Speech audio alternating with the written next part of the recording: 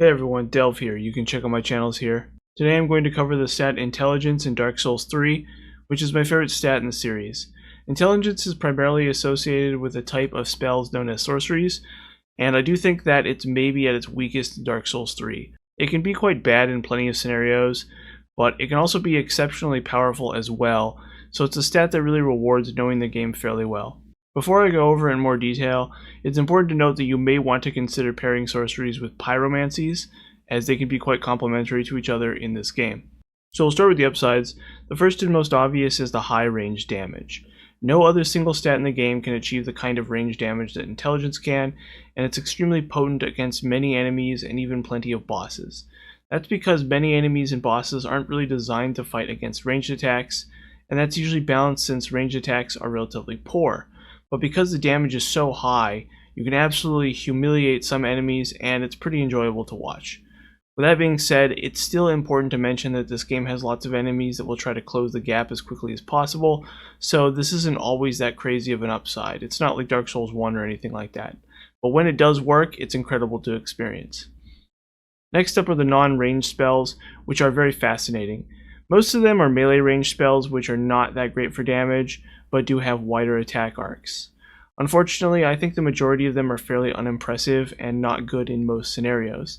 That is, of course, except for Pestilent Mist, by far the most fascinating sorcery in the game, and it creates a zone that deals percentage-based damage to enemies that stand in it. To be quite blunt, Intelligence and sorceries would be much less powerful and interesting if not for Pestilent Mist, as it helps offset the series' weaknesses that Intelligence, and in fact all spellcasting, has. The next advantage we're talking about is Infusions, buffs, and Intelligence scaling weapons. There are two different Infusions, Crystal and Simple. Both of them give a weapon additional magic damage, which scales with Intelligence. The difference is that Crystal does slightly more damage, while Simple gives you a tiny amount of mana regeneration. The difference is small enough that I generally recommend Simple, but Simple gems are also rarer than Crystal gems. I highly recommend making use of these infused weapons, ideally with a smaller fast weapon, to kill enemies that get close to you.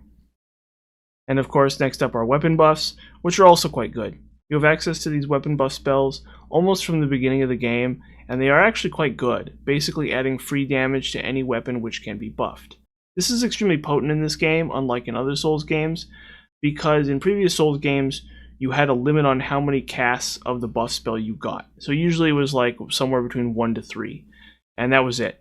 But in this game, because of the mana system, you can cast the buff spells as many times as you want, 5-6 times before you rest at a bonfire, meaning you almost perpetually have a weapon buff applied to a weapon if you want. And this is a very effective way of dealing with most of the game. It is important to note that unlike in Dark Souls 2, most infusion types cannot be buffed in this game. So keep in mind you can't buff a crystal or simple infused weapon. With that being said, buffing a normal weapon with a buff spell can be quite good against most run-of-the-mill enemies. For bosses, however, I generally don't recommend them. They do decent damage, but they don't deal incredible damage unless you very specifically have a hybrid character built around them and another stat like strength or dexterity. That isn't at all a bad strategy though, although you won't get as much out of the ranged spells obviously. So more useful in New Game Plus in my opinion, at least against bosses. And lastly, we have weapons with innate intelligence scaling, including several interesting boss weapons. Most of these weapons I find to be fairly terrible, but there are a handful which do excel. Most of these exceptional ones are bigger, heavier weapons, however, which makes them less than useful as they tend to overlap with sorceries, since sorceries tend to have long casting times and high damage. So my opinion is that the best int scaling weapons are fast weapons, either crystal or simple infused, or with a weapon buff spell. I will mention these boss weapons though, as I do think they are kind of interesting. Okay, and then on to the downsides, which for Intelligence are considerable. The first and the biggest is the damage types you have access to. Magic and dark are decent elements in most scenarios, but there are plenty of enemies resistant to both of them, especially bosses. In particular, many of the game's bosses in the first half will be a serious problem unless you know how to beat them and are well prepared. Even still, they may prove a little frustrating. The next downside is the cast time of sorceries. This isn't that much of an issue, but it is important to note that no sorceries really cast that quickly, or at least none of the good sorceries. This isn't that big of an issue because sorceries are ranged, but as a rule, many enemies and bosses aren't that easy to use bigger, slower weapons against, so it stands to reason that spells which have a noticeable wind-up time would also suffer from bosses who are constantly attacking. Another problem is mana, or FP as it's actually called. Some sorceries are more mana efficient than others, but to hit those absurd damage numbers you'll want to use the more expensive spells, which means having Ashen Estus flasks ready to go, which of course cuts down on the number of normal Estus flasks that you can have. On top of that, you of course have to actually go through the trouble of drinking from the mana restoring Estus flasks as well when you run out of mana, which obviously leaves you open to attack. For most normal enemies, this isn't so much of a problem, even early on, since you are probably going to take less damage from enemies anyway.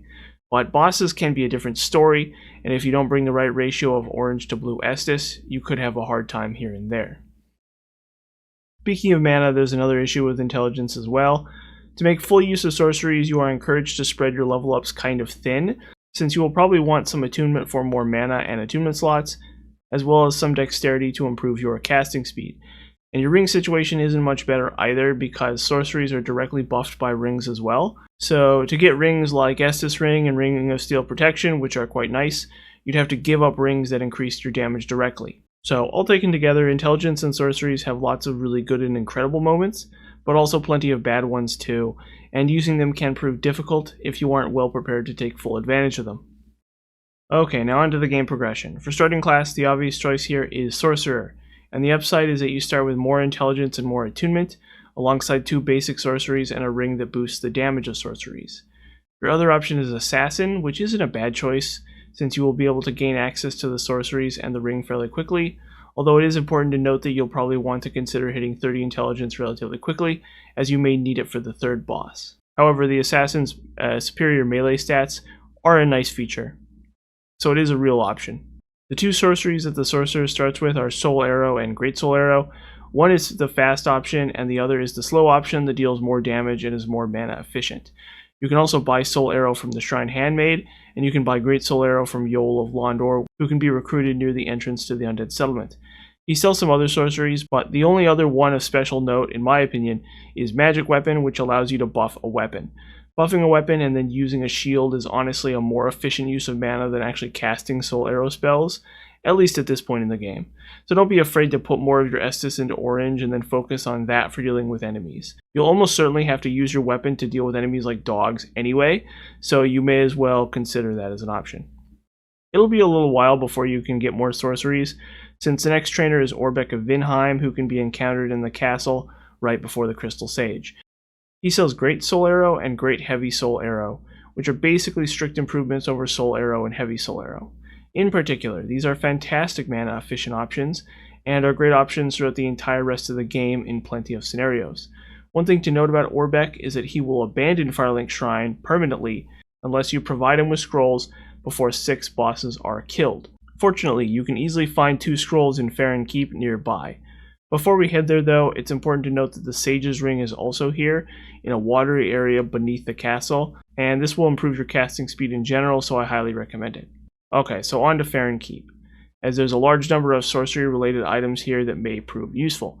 Firstly, the Sage's Scroll and Golden Scroll. These allow Orbeck to sell interesting support sorceries, although nothing I'd call especially interesting.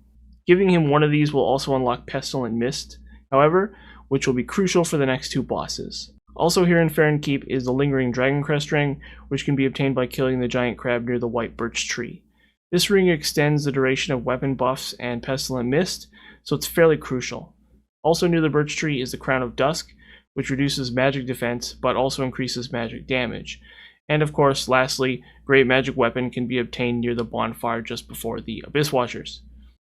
It's important to understand that Pestilent Mist has an intelligence requirement of 30, and that Great Magic Weapon has an intelligence requirement of 35, so plan accordingly. Once that's all squared away, it's time to talk about the Crystal Sage, who is highly magic resistant. You have about 2 options. The first is to try to fight him normally, which is to just rush at him and attack him, which is a good way to do it. I used a fire-infused weapon, but an uninfused weapon that you've buffed is probably just as good. Your other option is to use Pestilent Mist. It won't stop him from teleporting when he gets to half health, but if you can snipe the clones with throwing knives or Farron darts, he won't teleport twice, assuming all your damage is coming from pestilent mist, so that's another way to kill him. Okay, next up is Cathedral of the Deep. There's not too much to go over here. The main thing is Lloyd's Sword Ring, which can be obtained in the area where the giant first attacks you. This ring is fairly difficult to make work for most characters because you spend all your time in melee, but if you're hitting enemies from a range, it's much easier to benefit from the extra damage.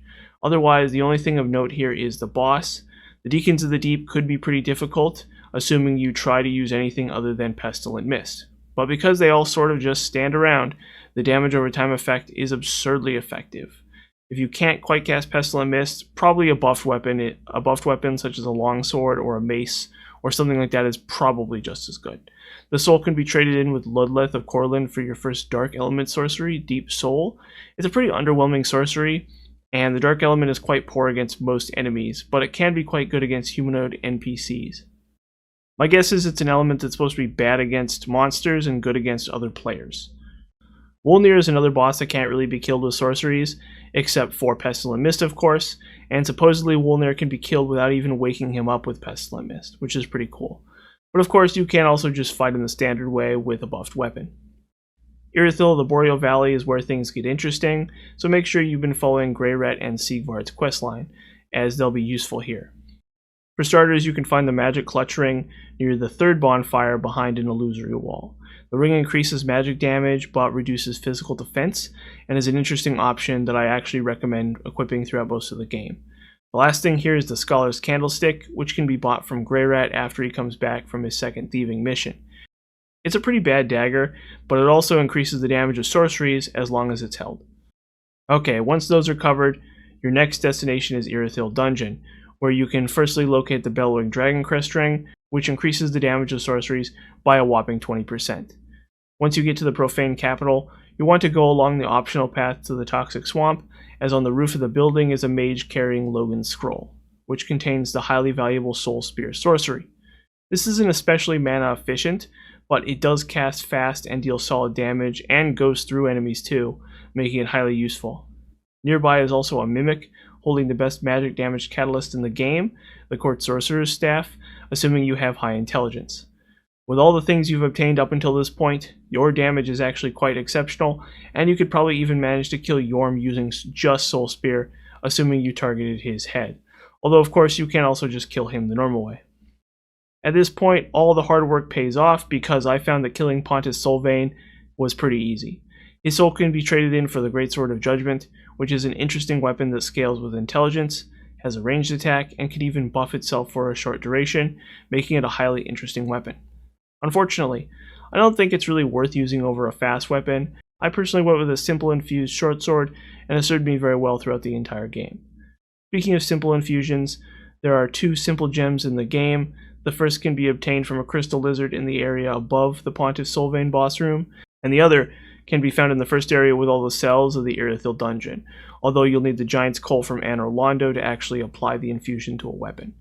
If you have a simple infused weapon or shield in each hand, they do stack, and I went with a simple infused parrying dagger in the left hand. The mana regeneration is extremely poor, to the point where it's nearly useless, but it's still a great infusion for its intelligent scaling. You can't even really benefit from the mana regeneration anyway, because you'll probably want to have the Scholar's Candlestick in the hand you aren't casting with anyway. Okay, next up is Aldrich, who is quite the pain, since he resists both magic and dark damage. This is perhaps the hardest boss in the game for intelligence, and you have three main choices. The first is Pestilent Mist. Unfortunately, this boss loves to teleport around, and so it's not even that good an option. Alternatively, you can switch to Pyromancies or use a fire-infused weapon, as the boss is quite weak to fire. Maybe if you don't attack him, he'll teleport less, I'm not really sure.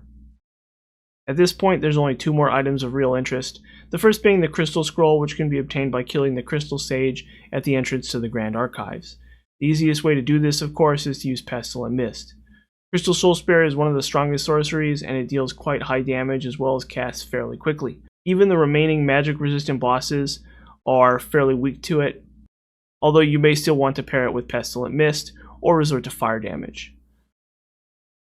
First up is Oseros. His soul can be traded in for the Moonlight Greatsword, which is similar to the Greatsword of Judgment, in that it's an interesting and solid weapon with a ranged attack, but also nothing absurd either. The same principle applies with Lorien in Lothric. Prince Lothric is resistant to magic, but Prince Lorien is not. So you can knock him down using Crystal Soul Spear, and then switch to something else for Lothric, such as Pestilent Mist. Now there's one more weapon of interest, that being the Drake Blood Greatsword, which can be obtained in Archdragon Peak after the Ancient Wyvern boss fight. This weapon is unique in that it has magic damage, but can also be buffed with spells like Crystal Magic Weapon, and this is a pretty good combination of traits. Unfortunately, even when buffed, the sword doesn't do that much better than either the Greatsword of Judgment or the Moonlight Greatsword, and even though it does still do good damage, the weapon itself is just slow enough that I think it's not as good against bosses as Crystal Soul Spear, but it is an interesting option. It might be really good on a character that's built around buffing weapons, so if you have a character with like decent strength and dexterity, or some combination of those stats, and then maybe a little less intelligence, just enough to cast Crystal Magic Weapon, you could be in a situation where that's actually your best option. But even so, I get the impression that something like a mace, a heavy infused mace, or something like that is probably even better. Lastly, the DLC. Most of these bosses have high health pools and high resistances, but none of them are resistant to magic either, so you may want to switch to Great Soul Arrow in some scenarios, since it's more mana efficient. This is great for Frida, Demon Prince, and Gale. For Half-Light, I recommend Great Soul Dregs, which is a dark sorcery that can be found in the Dreg Heap. For whatever reason, NPC enemies tend to struggle to dodge this spell, unlike Crystal Soul Spear, which they love to dodge. And it seems like this boss is decently weak to the dark element as well.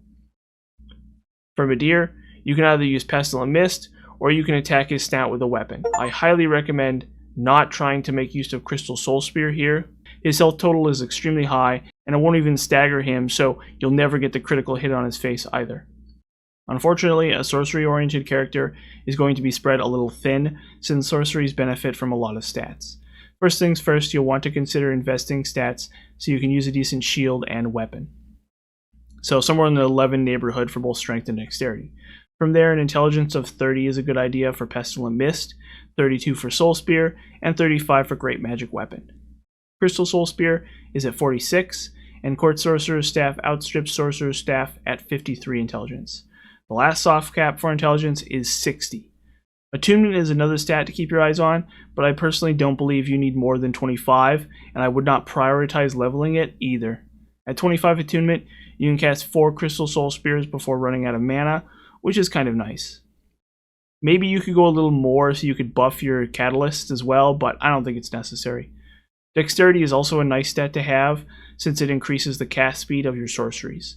The cap for that is at 50 dexterity, but with Sage's Ring it drops down to 20 dexterity. You could level this early to make bosses like Crystal Sage easier with a dex scaling weapon, but this was something I personally put off until the end of the game. And of course, you may also want to consider defensive stats, which I would personally tend to prioritize over stats like Attunement and Dexterity, since bosses like Aldrich can one-shot you if you don't do things like increase your health and get better armor by the time you fight them. For rings, you are unfortunately kind of locked into the sorcery-specific rings. Young Dragon Ring from Orbeck, as well as Sage's Ring, Billowing Dragoncrest Ring, and Magic Clutch Ring are all good options. Although for Pestilent Mist bosses, you could replace these with rings like Lingering Dragoncrest Ring, Estus Ring, and Ring of Steel Protection, but I would still have Sage's Ring equipped. Okay, and that's it for the Intelligence Guide. Unfortunately, it's simply not as easy to use as Strength or Dexterity, and it's probably the worst incarnation of Intelligence in the entire series, because it does have lots of bad moments. Still, it can be very effective in other scenarios, and it is kind of fun to use. Thanks for watching.